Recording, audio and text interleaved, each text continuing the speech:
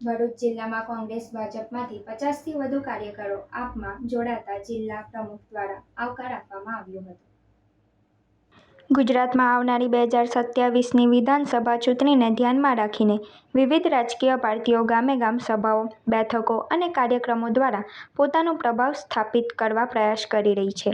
ખાસ કરીને 2022ની ચૂંટણીમાં 45 લાખથી વધુ મત મેળવીને ગુજરાતની જનતાએ આમ આદમી પાર્ટીને રાજ્યમાં ત્રીજા વિકલ્પ તરીકે સ્વીકાર આપ્યો છે।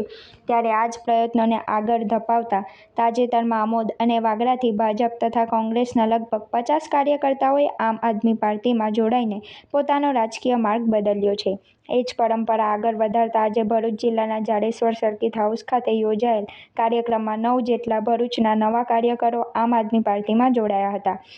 આ પ્રસંગે જિલ્લા પ્રમુખ પિયુષ પટેલ સહિતના સ્થાનિક આગેવાનો દ્વારા નવા કાર્યકરોનું પાર્ટીમાં સ્વાગત અને સન્માન કરવામાં આવ્યું હતું।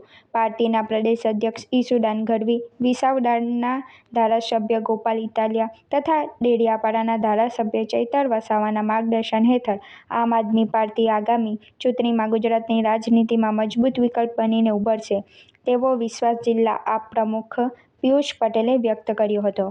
ભરૂચ જિલ્લામાં એએપીમાં નવા જોડાણો થવાથી પક્ષને ગ્રામ્ય અને શહેરી સ્તરે વધુ મજબૂતી મળશે તેમ રાજકીય ક્ષેત્રે માનવામાં આવી રહ્યું છે કે 2022થી ગુજરાતની જનતાએ આમ આદમી પાર્ટીને સ્વીકારી છે। 45 લાખ કરતા વધારે મત આપ્યા છે અને આમ આદમી પાર્ટીએ પણ આજે ગુજરાતની અંદર 2027ના વિઝન સાથે જ્યારે ગુજરાતની અંદર ગામે ગામ સભાઓ ચાલી રહી છે, ગુજરાત જોડો જે અભિયાન ચાલી રહ્યું છે, આ અભિયાન દરમિયાન આજે ગામે ગામથી લોકો સામેથી જોડાઈ રહ્યા છે આમ આદમી પાર્ટીની અંદર। એવી જ રીતે ભરૂચ જિલ્લાની અંદર ગઈકાલે વાગરા વિધાનસભામાંથી 50થી વધારે આગેવાનો ભાજપ અને કોંગ્રેસનો છેડો પાડીને જ્યારે આમ આદમી પાર્ટીમાં જોડાયા છે એ તમામ લોકોનું સ્વાગત કરીએ છીએ।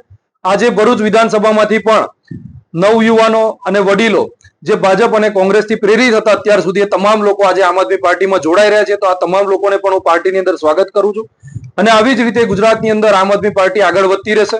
ગુજરાતમાં 2027માં ગામે ગામ વિસાવદરવાળી થવાની છે, નક્કી છે। ચૈતરભાઈ અને ગોપાલભાઈના નેતૃત્વમાં અને પ્રદેશ અધ્યક્ષ એવા ઈસુદાનભાઈ ગઢવીના નેતૃત્વમાં જ્યારે આમ આદમી પાર્ટી આગળ વધી રહી છે ત્યારે તમામ યુવાનોને પણ એક તક મળી રહી છે રાજનીતિની અંદર આવવા માટેની। એ બદલ હું સૌને આભાર વ્યક્ત કરું છું।